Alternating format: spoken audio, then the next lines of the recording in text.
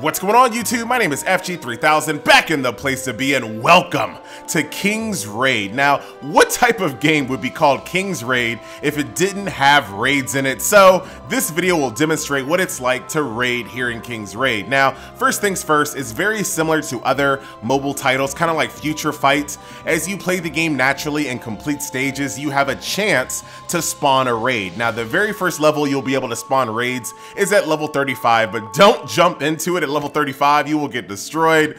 You want to have about 5 levels above to be safe. My friend Megatonic here, so shout out to Megatonic coming into this raid and basically carrying it for me. As you can see, his levels range from 40 to 41-ish.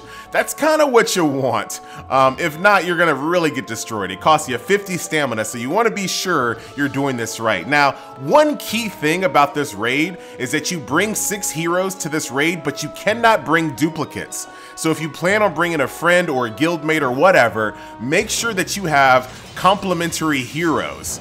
Because if you all have the same exact strong heroes, you're not going to be able to use them because no duplicate heroes are allowed. Now, here we are in the raid. There are 3 phases. Now, I tend to believe that the developers saw the Leeeeeerrrooooooooyyy raid from the World of Warcraft, and they're like, you know what? We're gonna copy the Leeeeeerrrooooooyyy raid, straight up. So, here is the raid on the first phase. Pretty straightforward. DPS down the boss, and I'm gonna kind of let a little bit of this play, and I'll just chime in when it's relevant.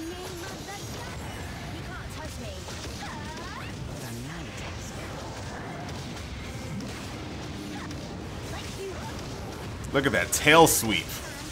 This is straight up a World of Warcraft raid.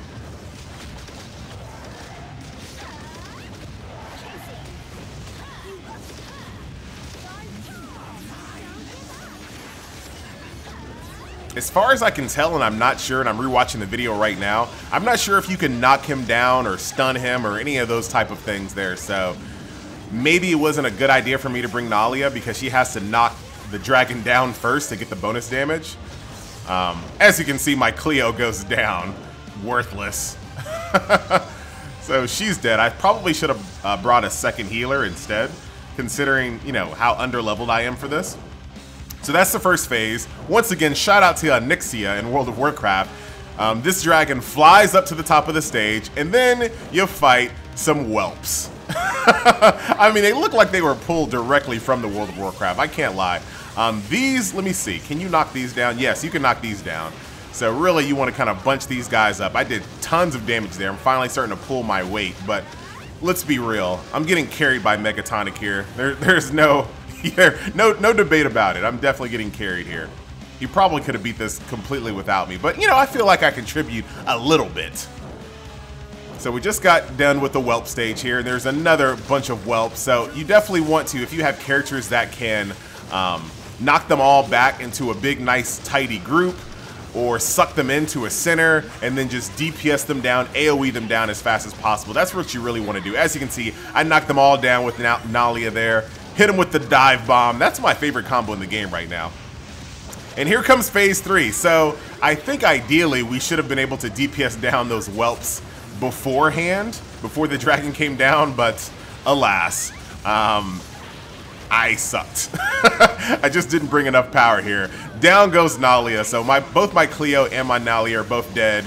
I'm just sitting back watching like, please Megatonic, carry! But he's doing pretty well.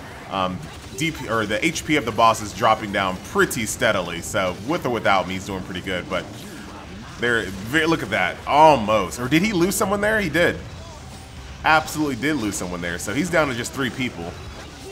So it definitely got a little hairy there. He's using the Orc Shaman. I forgot his name. It starts with a K, like Kalua, which is not the name of it, but whatever. So down goes the dragon. And it looks like I'm just trying to type like something. And I was like, oh wait, I'm recording. Don't type anything, FG. And then after you kill the dragon, cleaning up the whelps look like it's pretty straightforward. So he has the Orc Shaman character. He has that Dark Elf crossbow character. I'll learn the names eventually, I promise. And then he has the Fire Dark Elf, the Dark Elf Fire focused tank there. Alas, only 1 star because I was terrible. Look at that, pitiful.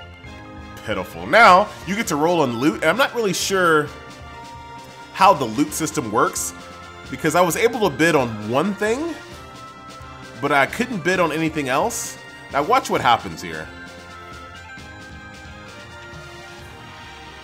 So I was only able to bid on one thing, but then we just kind of just rolled from that point out for all the other loot. So I don't know, but I was able to get some really stellar loot here. So tier 3 purples, which are really, really good for my level. So that is a raid in King's Raid. I'm pretty impressed, man. I know I've been kind of, you know, talking really positive about this game in the last several videos, but I'm not getting paid, guys. I'm not getting sponsored. I'm just having a good time, straight up. So that is King's Raid. That is raiding in King's Raid. I'm FG3000, and I'll see you next video.